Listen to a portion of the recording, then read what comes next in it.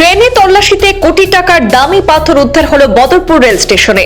মিজোরাম থেকে দিল্লিতে পাচারের পথে বহুমূল্যের নীলম ও পুখরাজ পাথর সহ মিজোরামের এক যুবককে আটক করে শুরু হয়েছে তদন্ত। নিয়মিত তল্লাশি অভিযানে বড় সাফল্য পেল নিরাপত্তা বাহিনী। কোটি টাকার দামি পাথর সহ এক যুবককে আটক করা হয়েছে বদরপুর রেল স্টেশনে।